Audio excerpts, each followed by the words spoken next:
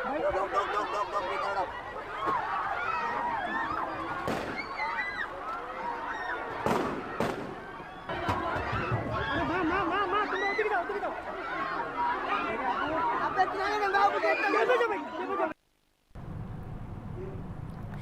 মুহূর্তের সবচেয়ে গুরুত্বপূর্ণ যে খবর আপনাদেরকে জানাচ্ছি যে বাংলাদেশ থেকে বাংলাদেশের প্রধানমন্ত্রী শেখ হাসিনা পলায়ন করেছেন এবং এই খবর নিশ্চিত করেছেন তারই পরিবার এবং এর পাশাপাশি গণভবন। আশঙ্কা করা হচ্ছে খুব সম্ভবত আজকেই বাংলাদেশের সেনা অভ্যুত্থান হবে আর কিছুক্ষণের মধ্যেই বাংলাদেশের সেনাপ্রধান সরাসরি লাইভে এসে তার বক্তব্য জানাবেন।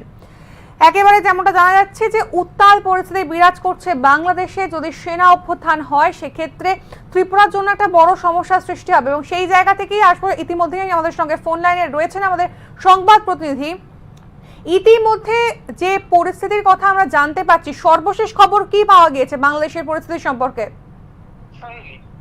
এই মুহূর্তে সবচেয়ে গুরুত্বপূর্ণ খবর হচ্ছে বাংলাদেশের সেনা অভ্যুত্থান। এই বিষয়ে তোমাকে একটা আমরা জানিয়ে রাখি, আমাদের কাছে যতটুকু তথ্য এসছে যে দুপুর 12টায় বাংলাদেশ সময় দুপুর 12টায় যে জাতির উদ্দেশ্যে বক্তব্য রাখার কথা ছিল বাংলাদেশ সেনা প্রধান ওয়াকার উজ্জামানের, এটা কিন্তু পিছিয়ে গেছে। এই মুহূর্তে সবচেয়ে বড় খবর, দুপুর 2টোয় যে শিডিউল টাইম ছিল বাংলাদেশ সেনা প্রধানের জাতির উদ্দেশ্যে ভাষণ দেওয়া, এই সময়টা কিন্তু 1 ঘন্টা পিছিয়ে গেছে বিকেল 3টায়। বাংলাদেশ সময় বিকেল 3টায় জাতির উদ্দেশ্যে ভাষণ দেবেন বলে বাংলাদেশের সেনাপ্রধান সেটা বলেছেন, কিন্তু তার আগে যে খবরটা ছিল সেটা ছিল শিডিউল টাইম ছিল দুপুর 2টোয়। এই যে 1 ঘন্টা সময়, 1 ঘন্টা সময়টাতে কিন্তু খুব গুরুত্বপূর্ণ খেলা হচ্ছে। এটা তুমি একটু আগেই যেটা বলেছো, বাংলাদেশে যে মানে অশান্ত পরিবেশটা, এটা কিন্তু বিগত প্রায় সপ্তাহ ধরেই চলছে।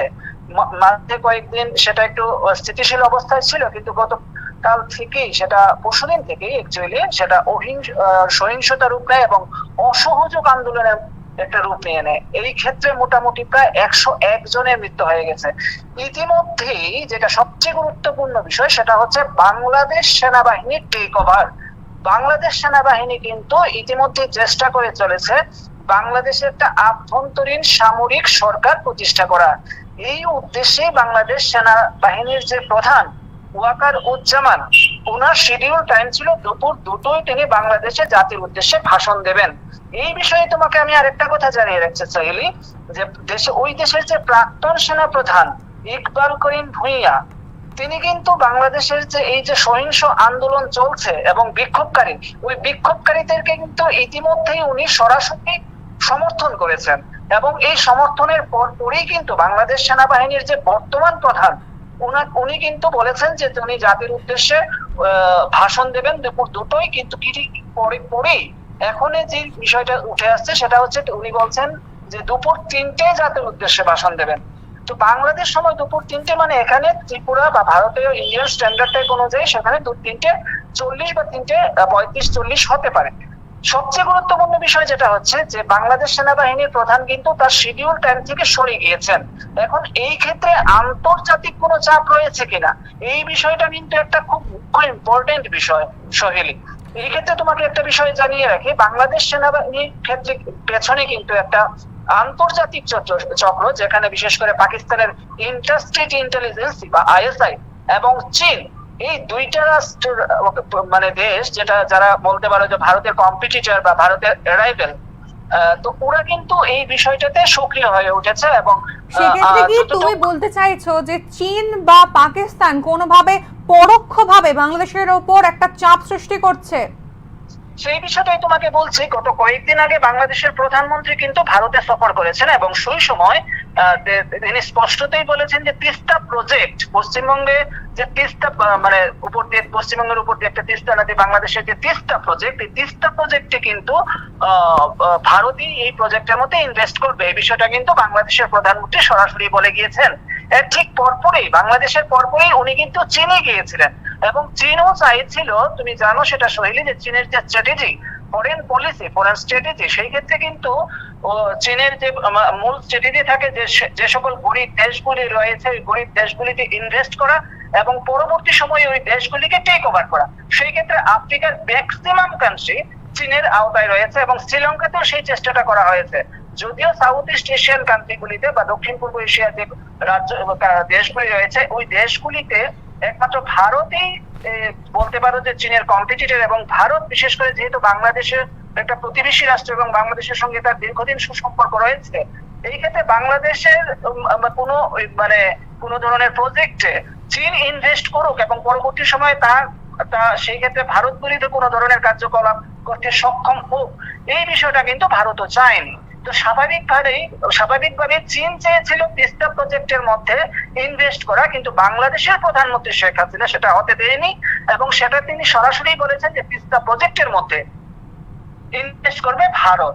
এই বিষয়টাতে কিন্তু খেপে গিয়েছে চীন, এবং এই খেপে যাওয়ার পরপরই কিন্তু যেটা এটা একটা তাৎপর্যপূর্ণ ঘটনা, এর পরপরই কিন্তু বাংলাদেশে এইরকম একটা অশান্তির পরিবেশ সৃষ্টি হয়েছে, এবং যে রাজনৈতিক বিশেষজ্ঞ মহল রয়েছে তাদের বক্তব্য অনুযায়ী এই ক্ষেত্রে চীন এবং পাকিস্তানের যে ইন্টারস্টেট ইন্টেলিজেন্সি রয়েছে। আরেকটা বিষয় যেখানে সবচেয়ে বেশি গুরুত্বপূর্ণ, ইতিমধ্যেই যেটা আমাদের নিউজ নাও সেটা রিপোর্ট করেছিল যে বাংলাদেশে গত কয়েকদিন আগেই আনুষ্ঠানিকভাবে জামাতে ইসলাম যেটা ভারত বিরোধী তত্ত্ব একটা সংগঠন, রাজনৈতিক সংগঠন বাংলাদেশ, সেটাকে কিন্তু সম্পূর্ণ নিষিদ্ধ করে দিয়েছিল বাংলাদেশ। এবং এইভাবে বাংলাদেশের যে বিরোধী রাজনৈতিক যেগুলি ভারত বিরোধী, এইগুলির ক্ষেত্রে কিন্তু একটা কঠোর পদক্ষেপ নিয়েছিলেন শেখ হাসিনা সরকার। এতে করে কিন্তু বাংলাদেশের যে বিরোধী রাজনৈতিক সংগঠনগুলি অতিমাত্রায় সক্রিয় হয়ে উঠেছে, এবং এর যে পরিপ্রেক্ষিতে যে এফিকেসি সেটা দেখতে পাওয়া যাচ্ছে, এখন এটা সহিংস আন্দোলনের রূপ নিয়েছে। তো সেই ক্ষেত্রে তুমি বলা যেতেই পারে যে এই যে সহিংস আন্দোলন চলছে বাংলাদেশে, সেটা কিন্তু শুধুমাত্র ছাত্র আন্দোলন বা কোটা সংরক্ষণ নিয়ে আন্দোলন নয়, সেটা কিন্তু একটা সম্পূর্ণ রাজনৈতিক আন্দোলনের এটা পর্যবসিত হয়েছে। এবং সেই ক্ষেত্রে যেহেতু সেনা প্রধান সেখানে সেনার ইন্টারফিয়ারেন্স হয়েছে, এবং আমাদের কাছে ইতিমধ্যেই যে তথ্যগুলি বিভিন্ন সংবাদ মাধ্যমে, আন্তর্জাতিক সংবাদ মাধ্যমে উঠে আসছে, সেটা হচ্ছে বাংলাদেশের একটা আভ্যন্তরীণ যে সামরিক সরকার, এই সামরিক সরকার ইতিমধ্যে প্রতিষ্ঠা হতে চলেছে, এরকম কিন্তু একটা হ্যাঁ, এই জায়গাতেই একটা প্রশ্ন আসছে যে যদি বাংলাদেশের সেনা অভ্যুত্থান হয় সেক্ষেত্রে কি কি সমস্যার সম্মুখীন হতে হবে বাংলাদেশবাসীকে, এবং এর পাশাপাশি সব থেকে গুরুত্বপূর্ণ যে বিষয় ত্রিপুরা, একেবারে সীমান্ত রক্ষা, বাংলাদেশের সীমান্ত লাগোয়া আমাদের এই ত্রিপুরা রাজ্য এবং আগরতলা শহর, কতটা প্রবলেমের মধ্যে পড়তে হবে আমাদেরকে? একদম সোহেলি, খুব গুরুত্বপূর্ণ প্রশ্ন। যদি পাকিস্তানের সেনা অভ্যুত্থান হয়, যদিও এই বিষয়টা এখন পর্যন্ত সরকারি ভাবে বা এরকম ভাবে তার কোনো নিশ্চয়তা দেওয়া হয়নি, কিন্তু যেহেতু আন্তর্জাতিক সংবাদ মাধ্যমগুলি এবং বাংলাদেশের যে আমাদের প্রতিনিধিরা রয়েছেন, যে সকল সূত্রগুলি রয়েছে, যে বিষয়টা উঠে আসছে যে কোনো সময় সামরিক যে সরকার তার অভ্যুত্থান হতে পারে। এবং ইতিমধ্যেই তুমি যেটা প্রথমেই বলেছে যে প্রধানমন্ত্রী শেখ হাসিনা তার গণভবন থেকে বেরিয়ে গেছেন, উনি এক প্রকার কোট আনকোট বলা যেতে পারে যে সেটা পালিয়ে গেছেন, যেটা দাবি করছে বিরোধী রাজনৈতিক দলগুলি। তো সেই ক্ষেত্রে কিন্তু বাংলাদেশে যদি সেনা অভ্যুত্থানের মতো একটা গুরুত্বপূর্ণ ঘটনা সংঘটিত হয়, এবং সেটা যদি আজকেই হয়, এর মধ্যে তোমাকে আমি এই মুহূর্তে যে বিশেষ সংবাদ আমাদের কাছে এসে পৌঁছেছে যে বাংলাদেশের প্রধানমন্ত্রীকে ইতিমধ্যে চাপ দেওয়া হচ্ছে পদত্যাগ করার জন্য, এবং উনি যদি এই পদত্যাগ না করেন ওনাকে হয়তো বা গৃহবন্দী করে রাখতে পারে। এই ধরনের একটা সিদ্ধান্ত কিন্তু বাংলাদেশের যে সেনাবাহিনী, সেটা কিন্তু একটা সেনাবাহিনীর একটা অংশ, ওরা কিন্তু এই ধরনের প্ল্যান, একটা ব্লু প্রিন্ট তৈরি করে রেখেছে। তো সেই ক্ষেত্রে সবচেয়ে বেশি এটাতে একটা বাদ ছাড়ছে যে আন্তর্জাতিক ভারতই চাইছে না যে এই ধরনের কোন একটা সামরিক অভ্যুত্থান বাংলাদেশে হোক। কিন্তু তারপরেও যদি বাংলাদেশে এই ধরনের একটা সামরিক অভ্যুত্থান হয়, তার কিন্তু সবচেয়ে বেশি প্রভাব পড়বে নর্থ ইস্টের স্টেট গুলিতে। এবং তুমি সেটা জানো যে বাংলাদেশের সঙ্গে ভারতের মোটামুটি এখনো প্রায় 47 কিলোমিটার এলাকা, যেটা ত্রিপুরার মুখ্যমন্ত্রী সর্বশেষ বিধানসভায় এই তথ্য দিয়েছেন যে মোটামুটি 47 কিলোমিটারেরও বেশি এলাকা সেটা আনফেন্সড, মানে সেটা উন্মুক্ত রয়েছে এখন পর্যন্ত। তো সেই ক্ষেত্রে যদি বাংলাদেশে সেনা অভ্যুত্থান হয়, এবং যদি মাইনরিটি কমিউনিটি যেটা বলছো যে হিন্দু বাঙালি যারা রয়েছেন তাদের উপরে যদি কোনো ধরনের কোনো বিশেষ এফেক্ট আসে, তাহলে কিন্তু যে নর্থ ইস্টের স্টেট এবং বিশেষ করে ত্রিপুরা এবং পশ্চিমবঙ্গ, এই দুইটা স্টেটের কিন্তু একটা সীমা, আন্তর্জাতিক সীমা বাংলাদেশের সঙ্গে, সেটা কিন্তু এখন পর্যন্ত আনফেন্সড। এবং সেই ক্ষেত্রে একটা আশঙ্কা থেকে যেতেই পারে যে বাংলাদেশের যে শরণার্থীরা, যেটা 1971 71-এর মুক্তিযুদ্ধের সময় একটা স্রোত বয়েছিল, তো সেই ক্ষেত্রে কি আদৌ এই ধরনের কোন ইনফিল্ট্রেশন বা এই ধরনের একটা শরণার্থী বিষয়টা, এই বিষয়টা কি আদৌ হতে পারে কিনা এটা কিন্তু এখনো পরিষ্কার নয়। কিন্তু নিশ্চয়ই কেন্দ্রীয় সরকার এই বিষয়টাতে নজর রেখে চলেছে। বিভিন্ন গণসংবাদ মাধ্যমগুলি এই বিষয়টা নিয়ে ফলো করে চেপেছে এবং নিশ্চয়ই যেহেতু ভারতের স্ট্র্যাটেজিক একটা পার্টনার বাংলাদেশ, সেই ক্ষেত্রে স্বাভাবিকভাবেই ভারতের পররাষ্ট্র মন্ত্রক কিন্তু নিশ্চয়ই বসেনি। এই বিষয়টা নিয়ে ইতিমধ্যেই কথাবার্তা হচ্ছে এবং তার প্রমাণও আমরা পাচ্ছি যে শিডিউল টাইম ছিল যে দুপুর 2টো IST standard Indian standard type অনুযায়ী সেটা প্রায় 2:35, কিন্তু সেটা পরবর্তী সময় আরো 1 ঘন্টা পিছিয়ে যাচ্ছে। সেটা তোমাকে প্রথমেই বলেছি যে এই ক্ষেত্রে কিন্তু হয়তো একটা আন্তর্জাতিক চাপ বাংলাদেশ সেনাবাহিনীর উপর পড়ছে এবং সেই ক্ষেত্রে হয়তোবা তারা যেটা ব্লুপ্রিন্ট নিয়েছিল বা পরিকল্পনা নিয়েছিল, যেটা তুমি বলতে পারা যায় যে ব্লুপ্রিন্ট বা একটা পরিকল্পনা নিয়েছিল, এই ক্ষেত্রে কিন্তু হয়তোবা সেখান থেকে পিছিয়ে আসতে পারে। হয়তোবা সামরিক অভ্যুত্থান হলেও সম্পূর্ণভাবে না হয়ে হয়তো আংশিকভাবে সেখানে সরকারের মধ্যে একটা থাকবে সেনাবাহিনীর।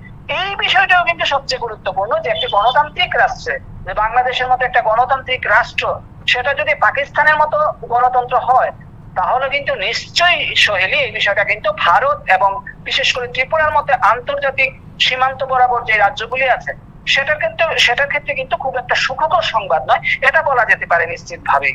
সোহেলি, এই জায়গাতে আরো একটা প্রশ্ন, যে গতকালকে আমরা দেখেছি যে প্রধানমন্ত্রী শেখ হাসিনা একেবারে যে ছাত্র আন্দোলন, যে প্রথম থেকে যে ছাত্র আন্দোলন চলছিল কোটা বাতিলের দাবিতে, সেই আন্দোলনকারীদের সঙ্গে বসে সমঝোতা করার জন্য প্রস্তুত ছিলেন। তবে ছাত্র আন্দোলনের নেতার তরফ থেকে সরাসরিভাবে জানানো হয়েছিল তারা কোনো রকমভাবে আর কোনো সমঝোতার মধ্যে যেতে চান না।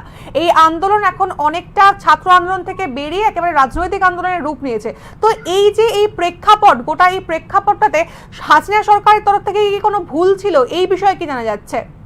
না, এখন দেখো এই বিষয়টা, একটা কোটার যে বিষয়টা, বাংলাদেশের কোটার যে বিষয়টা, বাংলাদেশের প্রধানমন্ত্রী সেটা আগেই বলেছিলেন যখন এটা মোটামুটি প্রায় 1 মাস আগে এই যে সহিংসত আন্দোলন, যে কোটা বিরোধী আন্দোলন মোটামুটি 1 মাস ধরেই সেটা চলছে বাংলাদেশে এবং বরাবরই বাংলাদেশের প্রধানমন্ত্রী শেখ হাসিনা কিন্তু বলে আসছেন যে বাংলাদেশের যে আইন রয়েছে, তার জুডিশিয়ারি সিস্টেম রয়েছে, সেখানে সুপ্রিম কোর্ট রয়েছে, লোয়ার কোর্ট রয়েছে, যদি কেউ মনে করে যে এই কোটা মানে ওদের পক্ষে না, ওরা এই কোটার বিপক্ষে, তাহলে যে কেউ তার যে জুডিশিয়ারি সিস্টেম রয়েছে, বাংলাদেশের জুডিশিয়ারি সিস্টেম রয়েছে, সেখানে সুপ্রিম কোর্ট রয়েছে, যে কেউ সেখানে আবেদন করতে পারে। এবং সেখানে সবচেয়ে বেশি গুরুত্বপূর্ণ বিষয় যেটা, যে সরকার যে কোটাটা করেছিল সংরক্ষণ, বাংলাদেশের যে সুপ্রিম কোর্ট সেটা কিন্তু ওভাররুল করে দিয়েছে এবং সেখানে কোটাটা সংরক্ষণটা সেখানে কমিয়ে দিয়েছে।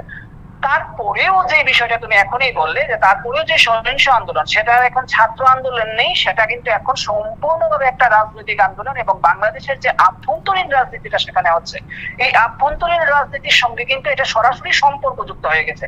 এতদিন যে বিষয়টা মনে হচ্ছিল যে সেটা একটা ছাত্র আন্দোলন, এটা কিন্তু এখন সম্পূর্ণভাবে এস্টাবলিশড হয়ে গেছে। This is not any student struggle, this is nothing but a political struggle. এবং সেখানে সেই ক্ষেত্রে বলা যেতে পারে তাহলে যে এই পলিটিক্যাল স্ট্রাগল, এই পলিটিক্যাল স্ট্রাগল, এই রাজনৈতিক যে বিষয়টা, এই রাজনৈতিক বিষয়টার সঙ্গে কিন্তু বাংলাদেশের শুধুমাত্র এটার সঙ্গে সম্পর্ক না, এবং এটার মধ্যে সরাসরি সম্পর্কযুক্ত হয়ে পড়েছে পাকিস্তানের ইন্টারস্টেট ইন্টেলিজেন্সি, অর্থাৎ পাকিস্তানের গোয়েন্দা বাহিনী, চীন এবং ভারতের মতো কান্ট্রিগুলো, যেটা মনে করো সম্পূর্ণ সাউথ ইস্ট এশিয়ার জন্য সবচেয়ে বেশি গুরুত্বপূর্ণ এই মুহূর্তে। যদি বাংলাদেশে সেনাবাহিনীর অভ্যুত্থান হয়, যদি সেনাবাহিনীর মানে সামরিক সেনাবাহিনীর আভ্যন্তরীণ সরকার সেখানে প্রতিষ্ঠিত হয়, অভ্যুত্থান হয় সেখানে সেনাবাহিনীর, তাহলে কিন্তু বিষয়টা সবচেয়ে বেশি গুরুত্বপূর্ণ ভারতের জন্য। কারণ ভারতের সবচেয়ে বড় কম্পিটিটর সেখানে কিন্তু চীন, এবং চীন কিন্তু এই বিষয়টাকে সবচেয়ে প্রথমে ক্যাশ করার চেষ্টা করবে, এবং চীন যেটা প্রথম থেকে ইনফ্লুয়েন্স করার চেষ্টা করছে এই আন্দোলনটাকে, এবং সেখানে যে মুসলিম যে কমিউনিটিগুলি রয়েছে, যে মৌলবাদ সংগঠনগুলি রয়েছে, বিশেষ করে রাজনৈতিক যে নামাগুলির চাদরের আড়ালে যারা লুকিয়ে ছিল এতদিন পর্যন্ত, তারা কিন্তু এখন এইটাতে সম্পূর্ণভাবে ঝাঁপিয়ে পড়েছে এবং তারা চাইছে সেখানে সেনা অভ্যুত্থান হোক। এবং সম্পূর্ণভাবে সেটা যেটা দেখা যাচ্ছে যে ছাত্র আন্দোলন কিন্তু এখন আর ছাত্র আন্দোলন নেই, সেটা কিন্তু সম্পূর্ণভাবে একটা রাজনৈতিক আন্দোলন শুরু হয়ে গেছে। এবং সেই ক্ষেত্রে অনেক ধন্যবাদ তোমাকে। তবে এই মুহূর্তেই আমাদের কাছে একেবারে একটা নিশ্চিত খবর এসে পৌঁছেছে।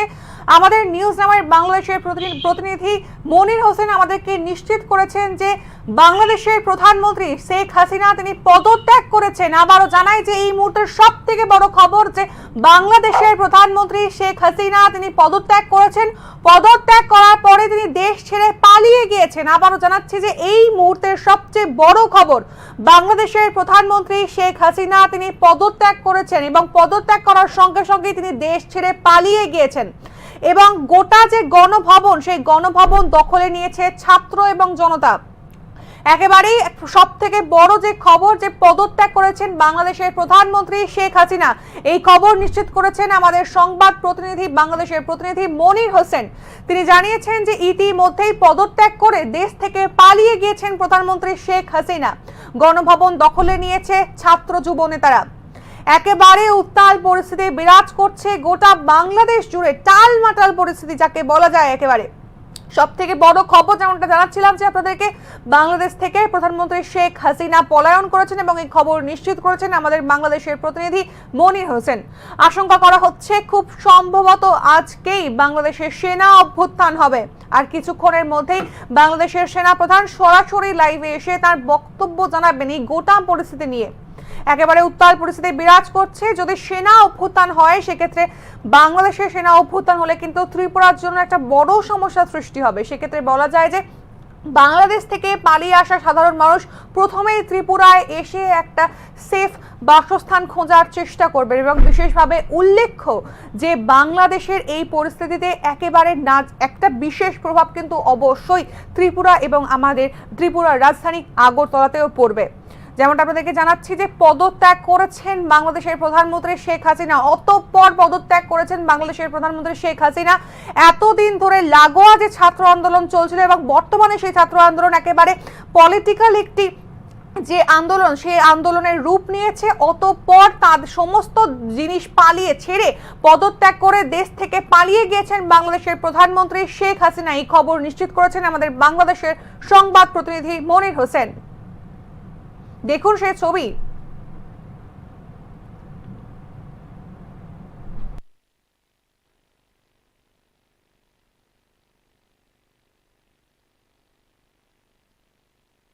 নির্বাচন করবেন, আমরা শুধুমাত্র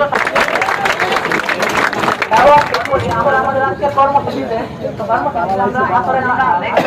যেগুলো আছে সেগুলো সফলভাবে সম্পন্ন করতে পারি।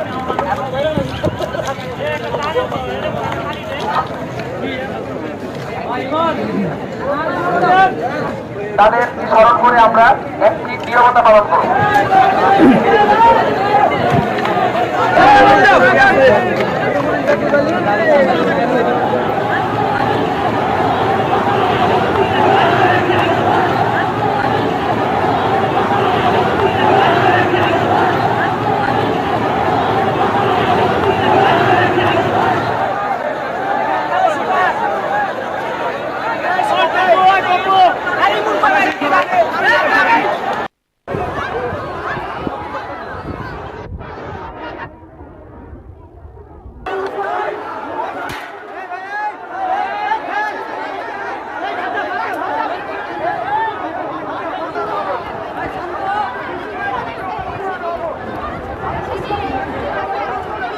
সংগ্রামী ছাত্র ভাই ও বোনেরা, আমি এখানে দাঁড়িয়েছি প্রথমত রয়েছেন আমার সামনে করে আমি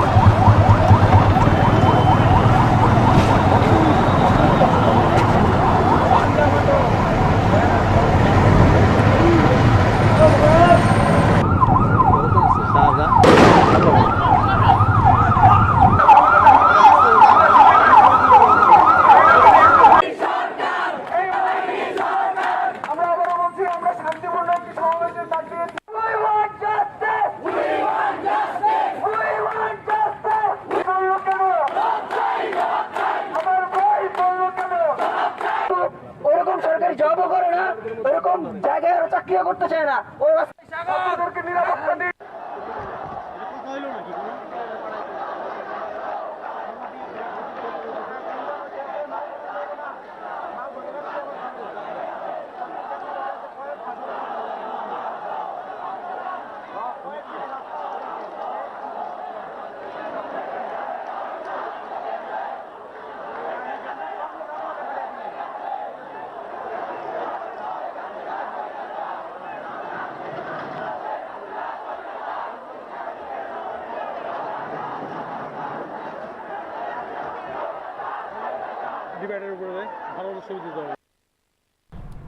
যেমনটা আপনাদেরকে জানাচ্ছিলাম যে এই মুহূর্তের সবচেয়ে বড় যে খবর আমাদের কাছে এসে পৌঁছেছে যে ইতিমধ্যেই পদত্যাগ করেছেন বাংলাদেশের প্রধানমন্ত্রী শেখ হাসিনা। একেবারে চাঞ্চল্যকর পরিস্থিতি চলছে গোটা বাংলাদেশ জুড়ে। ইতিমধ্যেই ফোন লাইনে রয়েছেন আমাদের বাংলাদেশের সংবাদ প্রতিনিধি মনির হোসেন। মনিরদা, সরাসরি আপনার কাছে যাব যে কি পরিস্থিতি চলছে বাংলাদেশে। দেখুন, বাংলাদেশের প্রধানমন্ত্রী ছাত্র জনতার গণ অভ্যুত্থানের মুখে তিনি আজ পদত্যাগ করেছেন। তবে কয়টা নাগাদ পদত্যাগ করেছেন এই বিষয়টি নিশ্চিত হওয়া যায়নি। তবে এতটুকু আমরা কনফার্ম হয়েছে বিভিন্ন মাধ্যম থেকে বাংলাদেশের প্রধানমন্ত্রী পদত্যাগ করেছেন এবং ইতিমধ্যেই তিনি বাংলাদেশ ছেড়ে অন্যত্র পাড়ি দিয়েছেন। কোথায় গেছেন, কোন দেশে গিয়েছেন বা কোথায় আছেন তিনি বর্তমানে এই বিষয়টি জানা যায়নি। তবে তিনি পদত্যাগ করেছেন এই বিষয়টি আমরা নিশ্চিত হয়েছি। তবে কি আরো একটি প্রশ্ন, যে গণভবন তাহলে কার দখলে এই মুহূর্তে? এই মুহূর্তে বাংলাদেশের আপামর জনগণ, ছাত্র জনতা সহ বিক্ষুব্ধ জনতা, গণ অভ্যুত্থানে যারা নেতৃত্ব দিয়েছে তারা গণভবন দখল করে নিয়েছে। গণভবনে তারা প্রধানমন্ত্রীর বিভিন্ন বাসভবন, কার্যালয় সহ সর্বত্র মিছিলে মিছিলে মুখরিত হয়েছে এবং সাধারণ আম জনতারা সেখানে মিষ্টি বিতরণ করছে এবং তারা গণভবনের টোটাল এরিয়াটাকে তাদের দখলে নিয়ে নিয়েছে। আচ্ছা, বর্তমানে বাংলাদেশের কি পরিস্থিতি? যতদূর খবর পাওয়া যাচ্ছে যে বাংলাদেশের সেনা প্রধান আজ বিকেল 4টার সময়তে একটি সাংবাদিক সম্মেলন করে তার বক্তব্য রাখবেন। কি বলতে পারেন তিনি, কি জানা যাচ্ছে? বাংলাদেশের বর্তমান পরিস্থিতিতে বাংলাদেশের সেনা প্রধান জনাব ওয়াকারুজ্জামান তিনি এখন বাংলাদেশের বিভিন্ন রাজনৈতিক দলের নেতাদের সাথে আলোচনা করছেন। বর্তমান পরিস্থিতিতে কিভাবে কি করা যায় এই নিয়ে তাদের সাথে আলোচনায় বসেছেন এবং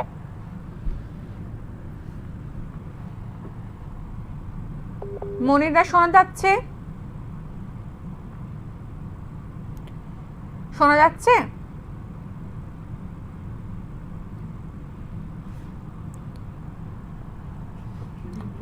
যেমনটা আপনাদেরকে জানাচ্ছিলাম যে এতক্ষণ আমাদের সঙ্গে ছিলেন আমাদের সংবাদ প্রতিনিধি মনির হোসেন বাংলাদেশ থেকে। তবে যোগাযোগ বিচ্ছিন্ন হয়ে গেছে, তবে আমরা আবারও চেষ্টা করব তার সঙ্গে যোগাযোগ করার। তবে ইতিমধ্যে যে খবর আমাদের কাছে এসে পৌঁছেছে যে ইতিমধ্যেই পদত্যাগ করে দেশ থেকে পালিয়েছেন বাংলাদেশের প্রধানমন্ত্রী শেখ হাসিনা এবং তার গণভবন দখলে নিয়েছে ছাত্র এবং উন্মত্ত জনতা।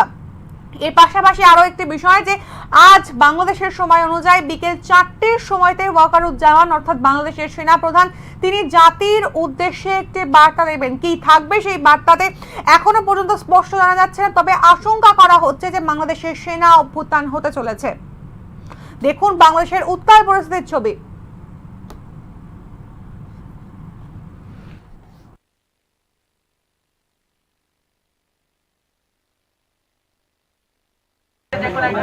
নির্বাচন করবেন, আমরা শুধুমাত্র আমাদের আজকের কর্মসূচিতে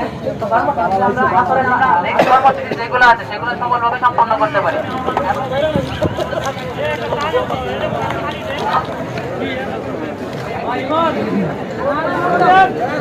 তাদের স্মরণ করে আমরা একটি নীরবতা পালন করব।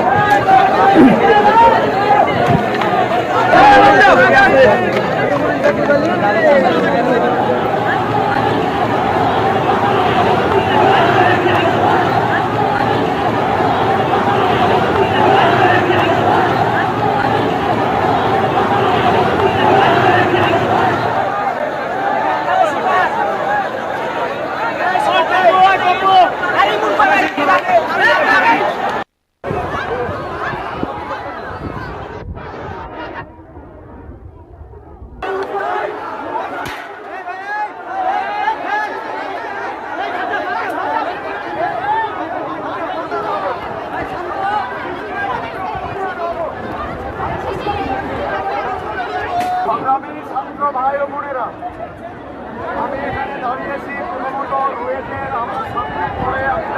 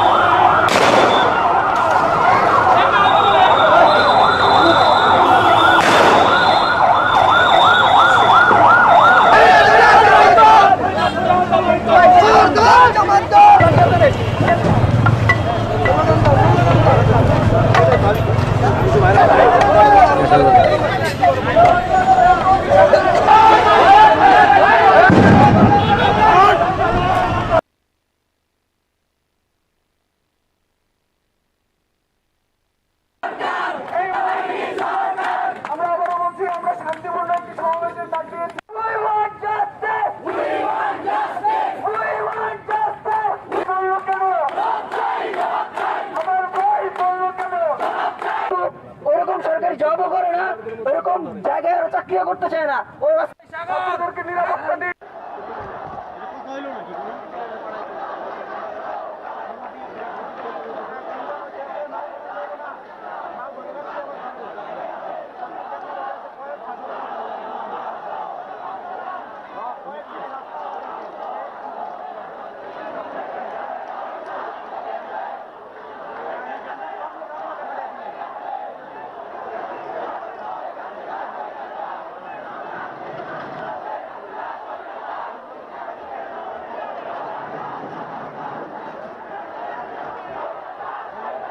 ডিভাইডের উপরে দেয়, ভালো ভালো ছবি দিতে হবে। ডিভাইডের উপরে দেওয়া ভালো ছবি হবে। দুই পাশে প্যান্ডেল, এই পাশে খাওয়া হবে। আরে ওদিকে ওদিকে দাও, ওদিকে দাও, ওদিকে দাও, ওদিকে দাও, ওদিকে কিছু না, এদিকে কিছু না। সবার সেভ করো, সবার সেভ করো, সবার সেভ করো, সেভ করো।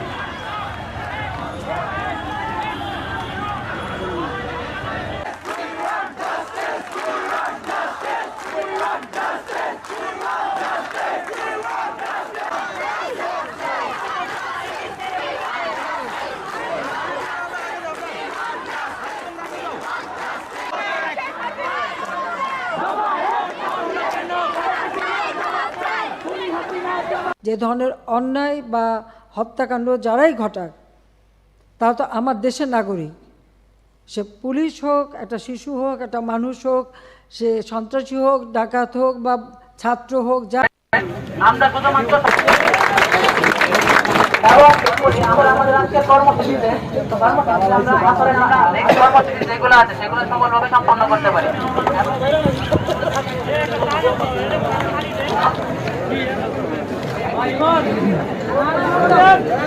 তাদের স্মরণ করে আমরা একটি নীরবতা পালন করব।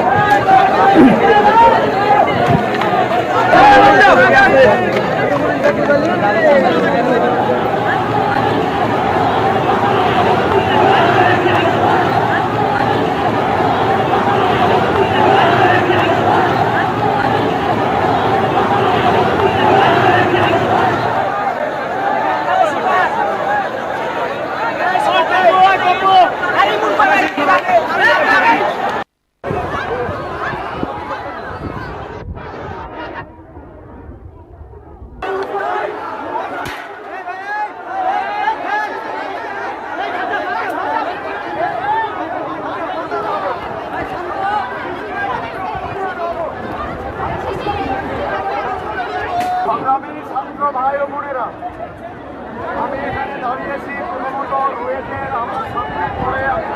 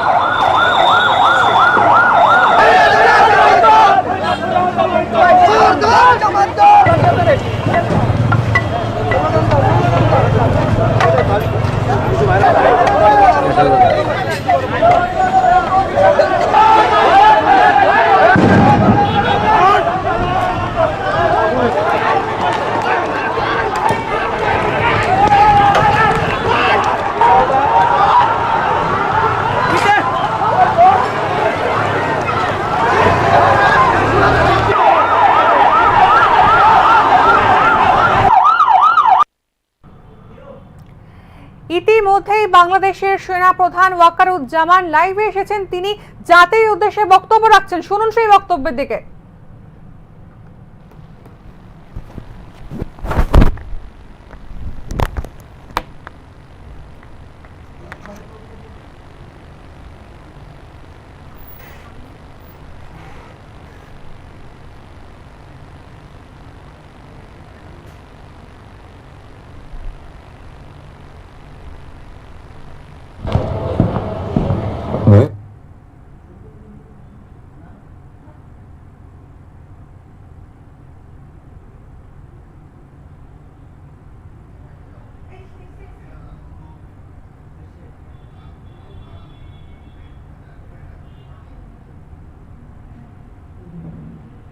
সলিউশনে আমরা পৌঁছবো।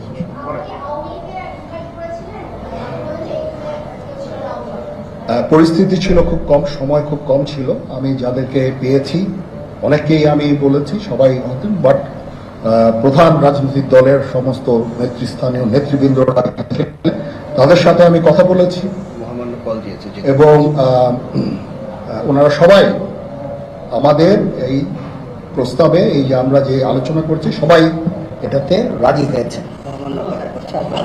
এখানে মমিনুল হক সাহেব ছিলেন, এখানে জামাতের আমির ছিলেন, জুনায়েদ সাকি উনি ছিলেন, তারপরে ডক্টর আসিফ নজরুল ছিলেন। আমরা সবাই মিলে এবং সবাই আমরা এটাতে একমত পোষণ করেছি। এখন ছাত্রদের কাজ হচ্ছে যে শান্ত হওয়া এবং আমাদেরকে সাহায্য করা।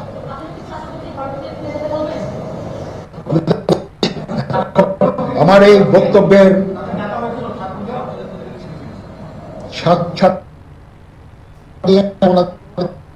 ডক্টর আসিফ নজরুলকে রিকোয়েস্ট করেছি, যেহেতু ওনাকে ছাত্ররা শ্রদ্ধা করেন এবং উনিও একটা সুন্দর একটা ভিডিও মেসেজ উনি দিয়েছেন ছাত্রদের জন্য। আমি আশা করব যে এই ভিডিও মেসেজটাও কাজে ইয়াদ হবে, কাজ দিবে। এইভাবে আমরা কাজ করে যাব। সবাই ভালো থাকেন, সবাই ভালো থাকেন, সবাইকে ধন্যবাদ। এখানে আপনারা যত প্রশ্ন করতে থাকবেন আমাকে দেরি করাবেন। It is too early, it's too early. আমরা কাজ করছি, আমাদের একটু কাজ করতে দেন, একটু সময় দেন। আমরা একটা সলিউশনের মধ্যে আমরা যাব ইনশাআল্লাহ। হ্যাঁ, আপনারা সবাই যারা আন্দোলনরত, যারা ছাত্ররা আছেন, আন্দোলনরত যত লোকজন আছেন, দয়া করে ঘরে ফিরে যান। সবাই ভালো থাকেন, আল্লাহ আমাদের মঙ্গল করুক। আল্লাহ হাফেজ।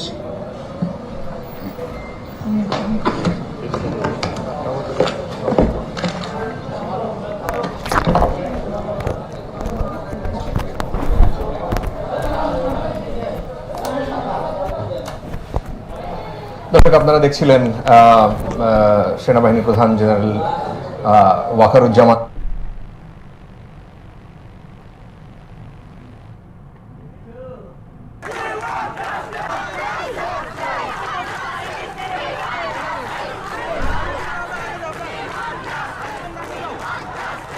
জাতির উদ্দেশ্যে বক্তব্য রাখলেন বাংলাদেশের সেনা প্রধান ওয়াকারুজ্জামান। তিনি বললেন যে তিনি ইতিমধ্যেই বার্তা দিয়েছেন যে বিক্ষোভকারী যে ছাত্ররা রয়েছে তাদেরকে শান্ত হওয়ার বার্তা দিয়েছেন তিনি, এবং ইতিমধ্যেই তিনি নিশ্চিত করেছেন যে বাংলাদেশ থেকে পলায়ন করেছেন বাংলাদেশের প্রধানমন্ত্রী শেখ হাসিনা, এবং অবশ্যই তিনি এটিও জানিয়েছেন যে বাংলাদেশ থেকে পদত্যাগ করেই পলায়ন করেছেন প্রধানমন্ত্রী শেখ হাসিনা।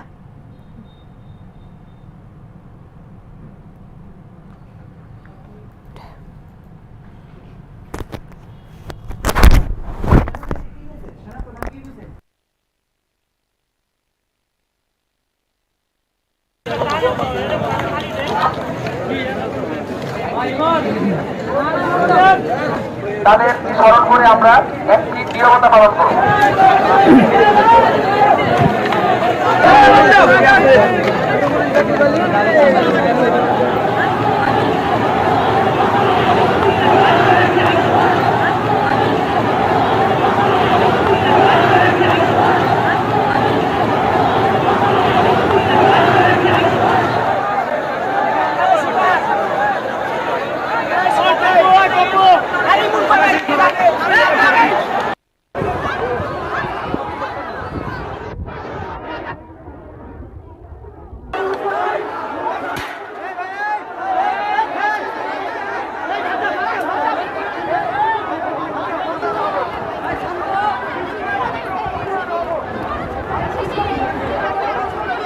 সংগ্রামী ছাত্র ভাই ও বোনেরা, আমি এখানে দাঁড়িয়েছি প্রথমত রুয়েটের আমার সামনে পড়ে আমি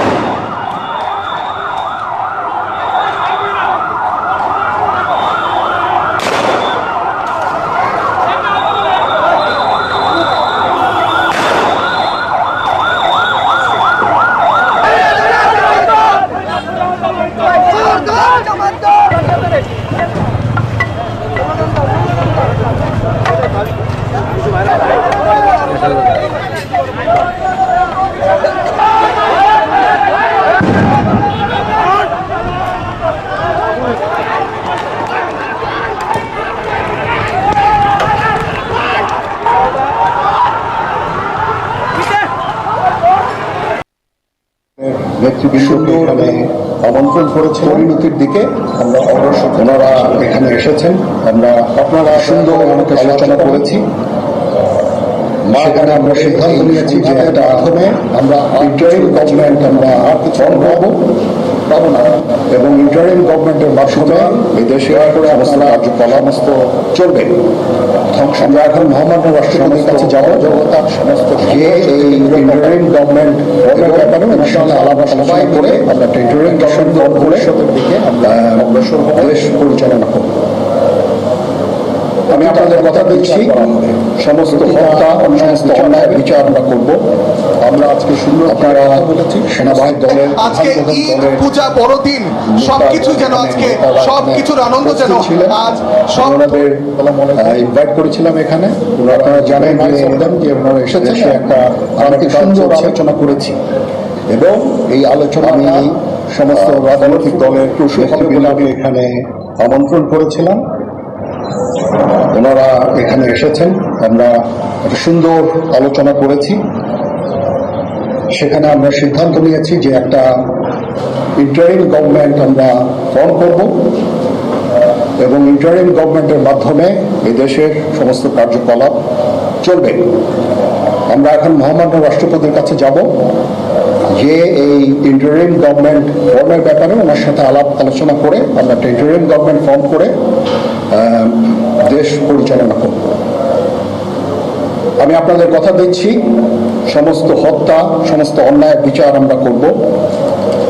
আপনারা সেনাবাহিনীর প্রতি আস্থা রাখেন, সশস্ত্র বাহিনীর প্রতি আস্থা রাখেন। আমি সমস্ত দায়িত্ব দিচ্ছি, আপনাদের জানমাল, এবং আপনাদেরকে আমি কথা দিচ্ছি যে আপনারা আশাহত হবেন না। ইনশাল্লাহ আপনাদের যত দাবি আছে সেই দাবিগুলো আমরা পূরণ করব এবং দেশে একটা শান্তি শৃঙ্খলা ফিরিয়ে নিয়ে আসব।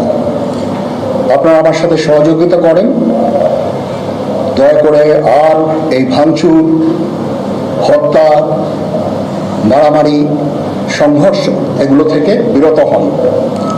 আমি নিশ্চিত যে আপনারা যদি আমার কথা মতো চলেন, আমাদের সাথে যদি একসাথে যদি কাজ করি আমরা, নিঃসন্দেহে আমরা একটা সুন্দর পরিণতির দিকে আমরা অগ্রসর হতে পারব।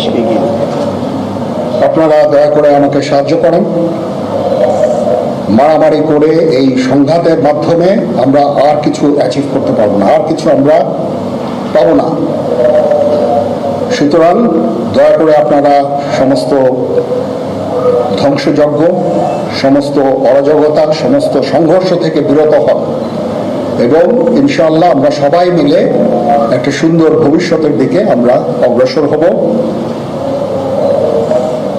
প্রতিটা হত্যার বিচার করা হবে, প্রতিটা অন্যায়ের বিচার হবে। আমরা আজকে সুন্দরভাবে কথা বলেছি, সমস্ত দলের প্রধান দলের নেতারা এখানে উপস্থিত ছিলেন। আমি ওনাদের ইনভাইট করেছিলাম এখানে, ওনারা ভেরি নাইস অফ দেম যে ওনারা এসেছেন, অ্যান্ড আমরা একটা সুন্দর আলোচনা করেছি এবং এই আলোচনাটা ফলপ্রসূ হবে বলে আমি মনে করছি এবং আমরা একটা সুন্দর একটা ইন্টারিম গভর্নমেন্ট ফর্ম করে আমরা দেশ পরিচালনা করব। মাননীয় প্রধানমন্ত্রী পদত্যাগ করেছেন এবং এখন একটা ইন্টারিম গভর্নমেন্ট ফর্ম করে আমরা আমাদের কার্যক্রম পরিচালনা করব। আপনারা একটু ধৈর্য ধরেন, আমাদের কিছু সময় দেন। ইনশাআল্লাহ আমরা সবাই মিলে সমস্ত সমস্যা সমাধান করতে সক্ষম হব। আপনারা আর এই সংঘাতের পথে যাবেন না এবং শান্তি শৃঙ্খলার পথে ফেরত চলে আসেন। আমাদের দেশের অনেক ক্ষতি হচ্ছে, অর্থ সম্পদের ক্ষতি হচ্ছে, জানের লোকজন মারা যাচ্ছে। তো এগুলো থেকে আপনারা বিরত হন এবং আমাদের সাহায্য করেন। আমি সমস্ত দায়িত্ব নিচ্ছি, আপনারা আমাকে সাহায্য করেন। সবাইকে ধন্যবাদ। আল্লাহ হাফিজ।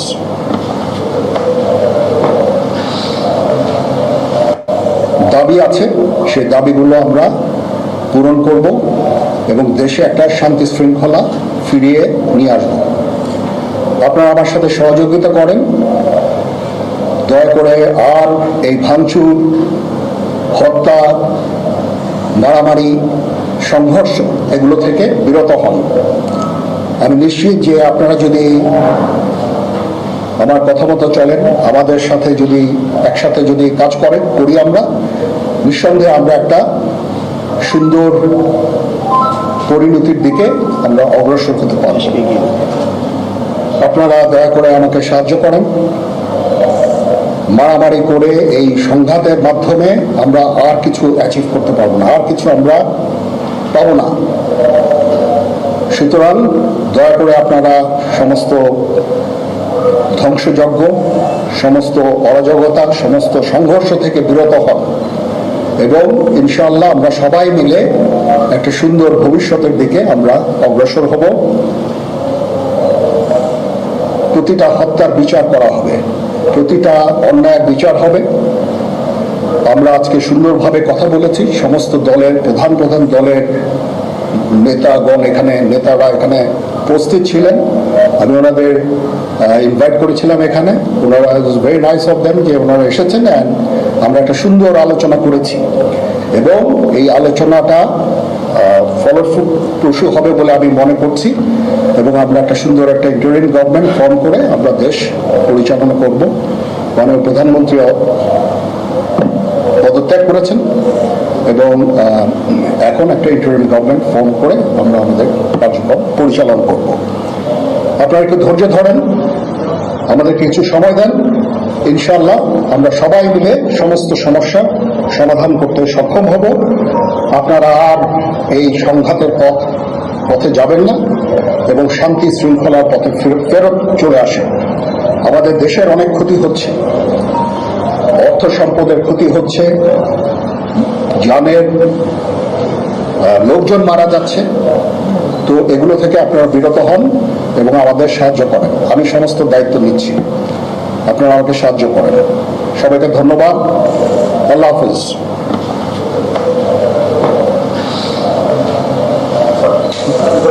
সংঘর্ষ থেকে বিরত হন এবং ইনশাআল্লাহ আমরা সবাই মিলে একটা সুন্দর ভবিষ্যতের দিকে আমরা অগ্রসর হব। প্রতিটা হত্যার বিচার করা হবে, প্রতিটা অন্যায়ের বিচার হবে।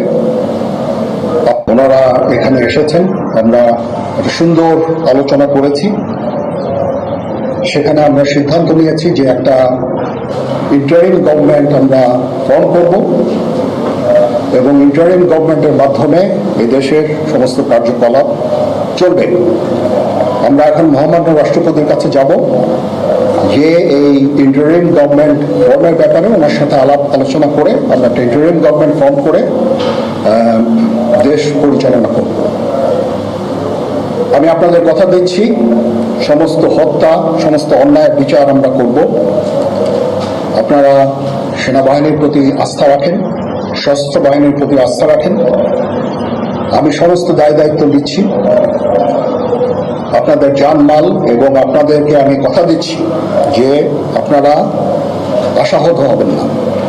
ইনশাল্লাহ আপনাদের যত দাবি আছে সেই দাবিগুলো আমরা পূরণ করব এবং দেশে একটা শান্তি শৃঙ্খলা ফিরিয়ে নিয়ে আসব। আপনারা আমার সাথে সহযোগিতা করেন, দয়া করে আর এই ভাঙচুর, হত্যা, মারামারি, সংঘর্ষ এগুলো থেকে বিরত হন। আমি নিশ্চিত যে আপনারা যদি আমার কথা মতো চলেন, আমাদের সাথে যদি একসাথে যদি কাজ করি আমরা, নিঃসন্দেহে আমরা একটা সুন্দর পরিণতির দিকে আমরা অগ্রসর হতে পারব। আপনারা দয়া করে আমাকে সাহায্য করেন। মারামারি করে এই সংঘাতের মাধ্যমে আমরা আর কিছু অ্যাচিভ করতে পারবো না, আর কিছু আমরা পাবো না। সুতরাং দয়া করে আপনারা সমস্ত ধ্বংসযজ্ঞ, সমস্ত অরাজকতা, সমস্ত সংঘর্ষ থেকে বিরত হন এবং ইনশাআল্লাহ আমরা সবাই মিলে একটা সুন্দর ভবিষ্যতের দিকে আমরা অগ্রসর হব। প্রতিটা হত্যার বিচার করা হবে, প্রতিটা অন্যায়ের বিচার হবে। আমরা আজকে সুন্দরভাবে কথা বলেছি, সমস্ত দলের প্রধান দলের নেতারা এখানে উপস্থিত ছিলেন। ইতিমধ্যেই যেমনটা আপনারা শুনলেন যে বাংলাদেশের সেনা প্রধান ওয়াকারুজ্জামান তিনি সরাসরি জাতির উদ্দেশ্যে বার্তা দিয়েছেন এবং এটি স্পষ্ট যে একেবারে বাংলাদেশের সেনা অভ্যুত্থান হলো এবং এর পাশাপাশি বেশ কয়েকটি বার্তা আমাদের কাছে ইতিমধ্যে এসে পৌঁছেছে। তার মধ্যে সরাসরিভাবে জানা গিয়েছে যে আগামী 24 থেকে 48 ঘন্টার মধ্যে বাংলাদেশে অন্তর্বর্তীকালীন একটি সরকার গঠন হবে এবং এই সরকার চালাবে বাংলাদেশের সেনা।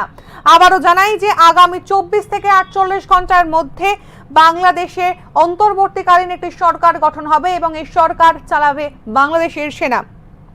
এবং বাংলাদেশের যিনি সেনা প্রধান ওয়াকারুজ্জামান তিনি সংবাদ মাধ্যমে লাইভে এসে তিনি সরাসরিভাবে জানিয়েছেন যে এখনো পর্যন্ত যে কতগুলি হত্যা হয়েছে সেই প্রতিটি হত্যার বিচার করা হবে এবং এর পাশাপাশি সবথেকে গুরুত্বপূর্ণ যে বিষয়টি সেটি হচ্ছে যে সেনাপ্রধান জানিয়েছেন যে বাংলাদেশের প্রধান দলগুলির নেতাদের সঙ্গে তার ইতিমধ্যেই একটি মিটিং হয়েছে।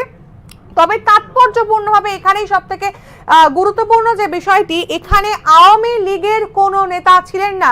বাংলাদেশের সেনা প্রধানের সঙ্গে যে বৈঠক হয়েছে বাংলাদেশের বিরোধী দলগুলির তথা বাংলাদেশের প্রধান দলগুলির, সেখানে আওয়ামী লীগের কোনো নেতার উপস্থিতি লক্ষ্য করা যায়নি। এর পাশাপাশি বাংলাদেশের সেনাপ্রধান জানিয়েছেন যে তারা আপাতভাবে একটি সিদ্ধান্ত নিয়েছেন যে আগামী 24 থেকে 48 ঘন্টার মধ্যে একটি অন্তর্বর্তীকালীন সরকার গঠন করবে বাংলাদেশের সেনা। তবে এই গোটা বিষয়টি নিয়ে বাংলাদেশের রাষ্ট্রপতির সঙ্গে বাংলাদেশের সেনাপ্রধান ওয়াকারুজ্জামান কথা বলবেন এবং এই অন্তর্বর্তীকালীন সরকার একটি গুরুত্বপূর্ণ ভূমিকায় অবতরণ করবে বলে জানিয়েছেন ওয়াকারুজ্জামান।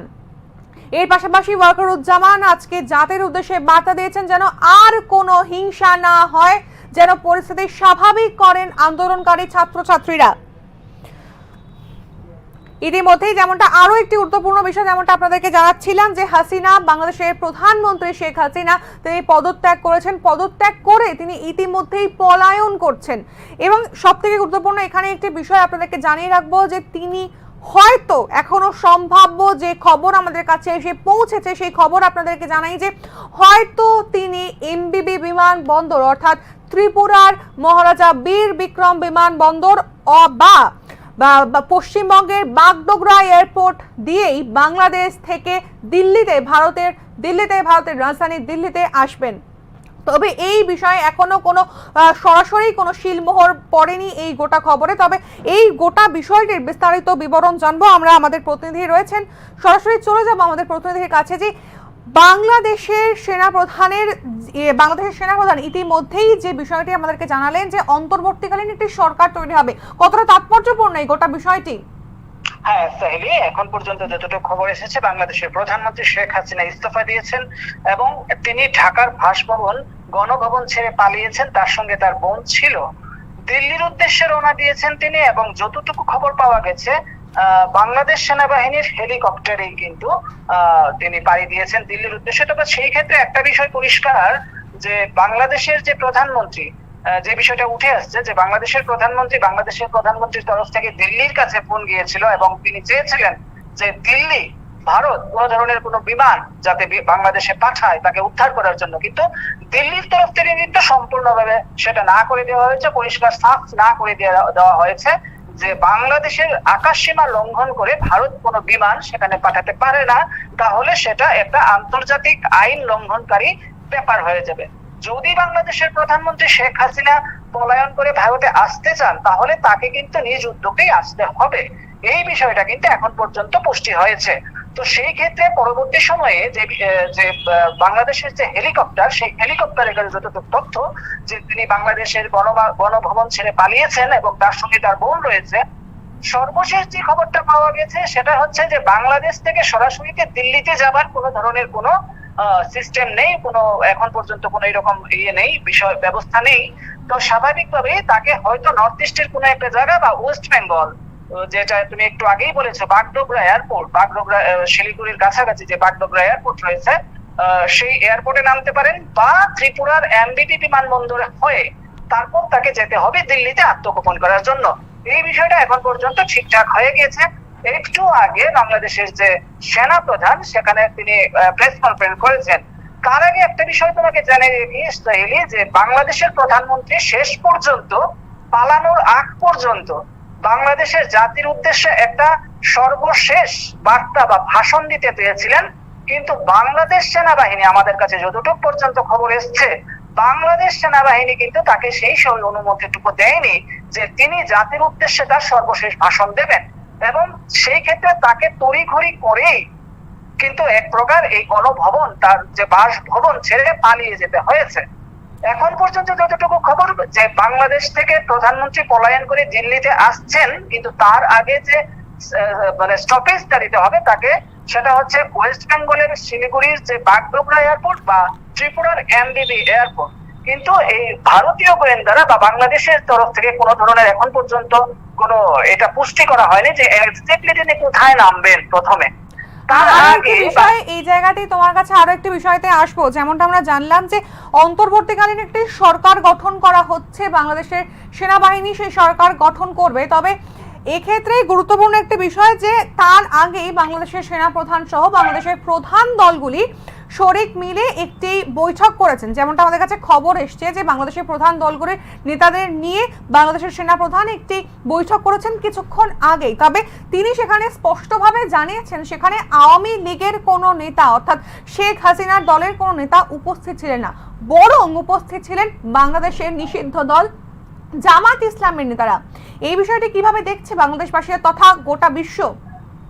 একদম একদম যেটা তুমি বলতে চাইছো যে বাংলাদেশের যে সেনাপ্রধান ইতিমধ্যেই সেখানে আনুষ্ঠানিকভাবে সাংবাদিক সম্মেলন করে বাংলাদেশের যে প্রশাসন, বাংলাদেশের যে ক্ষমতা সেটা দখল করার বা টেক ওভার করার সেখানে অভ্যুত্থানের একটা আনুষ্ঠানিক ঘোষণা দিয়েছেন। খুব সংক্ষিপ্ত একটা তার সাংবাদিক সম্মেলন ছিল এবং এই সাংবাদিক সম্মেলনে তিনি আহ্বান রেখেছেন যারা বিক্ষোভকারী তারা যেন শান্ত হয়।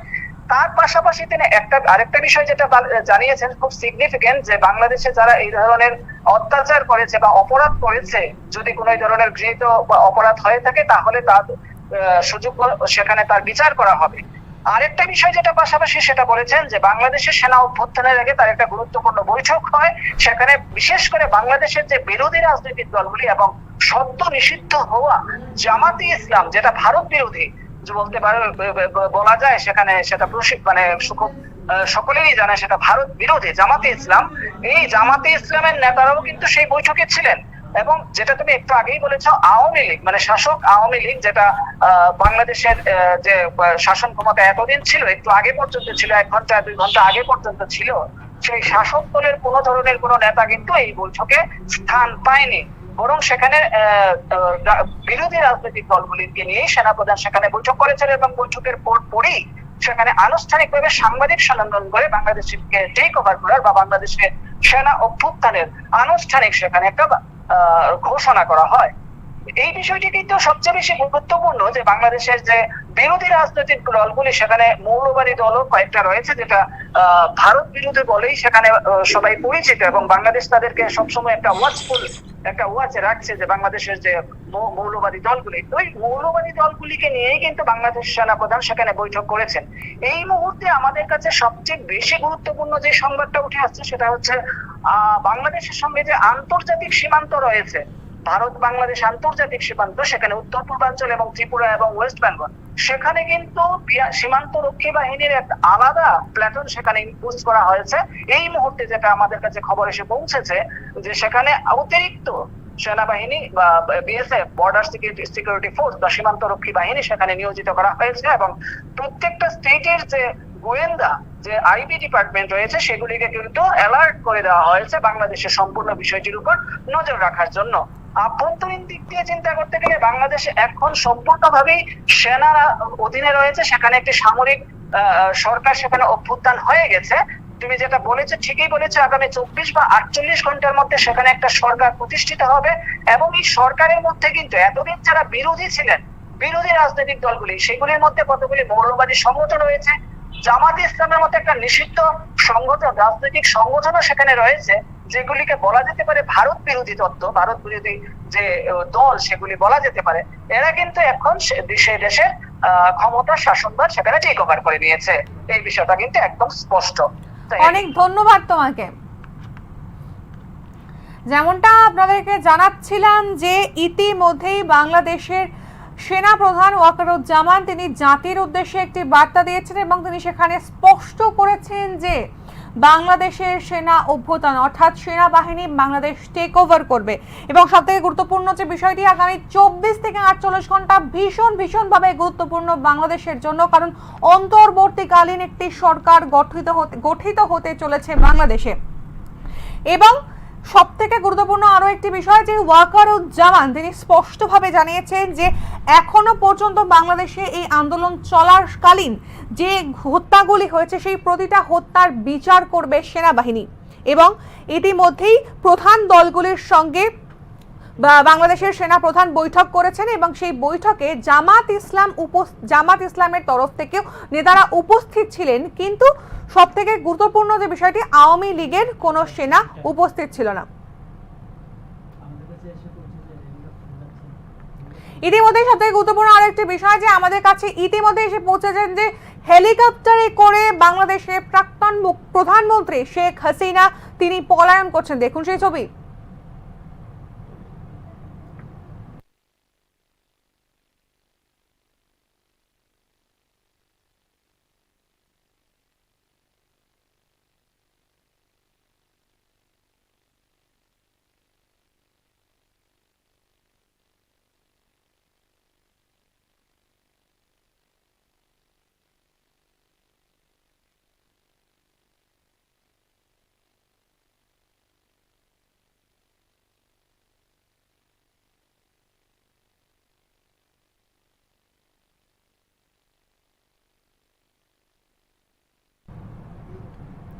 ইতিমধ্যে যেমনটা আপনারা দেখলেন যে বাংলাদেশের সেনাবাহিনীর হেলিকপ্টার করেই কিন্তু বাংলাদেশ থেকে পলায়ন করলেন বাংলাদেশের প্রধানমন্ত্রী শেখ হাসিনা, তার সঙ্গে রয়েছেন তার বোন। তবে গুরুত্বপূর্ণ বিষয় হচ্ছে যেমনটা খবর পাওয়া যাচ্ছে, সূত্রের খবর মারফত যে খবর পাওয়া গিয়েছে সেখানে বলা হচ্ছে যে হয় এমবিবি এয়ারপোর্ট অর্থাৎ ত্রিপুরার মহারাজা বীর বিক্রম এয়ারপোর্ট, নয়তো পশ্চিমবঙ্গের বাগডোগরা এয়ারপোর্টে প্রথম স্টপেজে নামবেন প্রধানমন্ত্রী শেখ হাসিনা, তারপরে তিনি সেখান থেকে যাবেন দিল্লিতে, অর্থাৎ তিনি একটি কানেক্টিং রুট ধরে দিল্লি পৌঁছবেন বলেই এখনো পর্যন্ত খবর রয়েছে আমাদের কাছে। এই গোটা বিষয়ে আমরা আরো নজর রাখবো এবং প্রতিটি মুহূর্তে আপনাদেরকে আপডেট করতে থাকবো।